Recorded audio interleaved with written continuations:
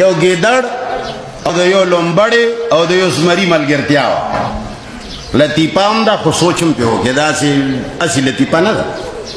نو بیا لاړل ښکار یې وکړه، یو یې خر مات که، یوه یې بارسنګه ماته کړه، یو یې خرګوش مات که.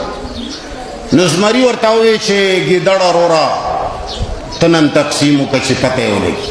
ګیدړ ورته وویل چې اسانه خبره ده جي، دا خر ته وخوره ته م غټ یې بس خر هم غټ دی، او دا بارسنګه چې ده دا به لومبړه وخوري او خرګوش به زه وخورم. نو هغه وله د څاپېړه را داسې کوه چې یو تڼ یې وله ورکه که نه، سترګه یې تې بوټه وایسته.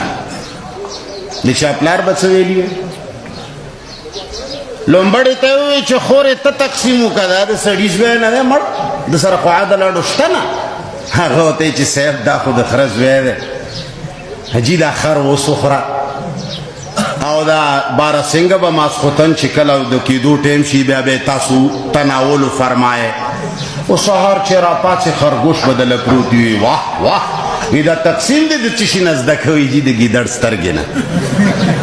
دا څوک چې څه نشي ویلی دا دغو دا ستاسو د ګیدړ سترګې نه یې نشي ویلی. ته ورته فوراً منکر حدیث وایې، ته ورسره فوراً بیکاټ کوې، ته وله بیا چنده نه ورکوې، ته یې بیا وجنې، ته ورپسې بیا پیسې وباسې، ته ورباندې د کفر فتوې لګوې، ته بیا ورته لیبرل وایې، ته بیا ورته مرتد وایې، ته بیا ورته وایي چې ښځه هم ترې نه بوځې، د ښځې سره یې نکاح شلېدلی دی او د باندې دکان کې چې شی خرڅوی موابي شوی دی.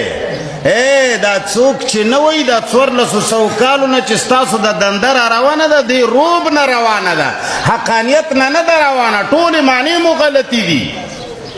تاسو روایات راغستی دي د یهودو جوړ کړي شوي روایات مو په رسول الله ورتړلي دي او بیا مو هغه راغستی دي په قرآن مو سواره کړي دي. بیا امام سخاوي، امام بخاري، امام رازي، امام فلانه چې کوم قواعد هغوی جوړ کړي دي هغه مو بیا په حدیث په قرآن دواړو سواره کړي دي.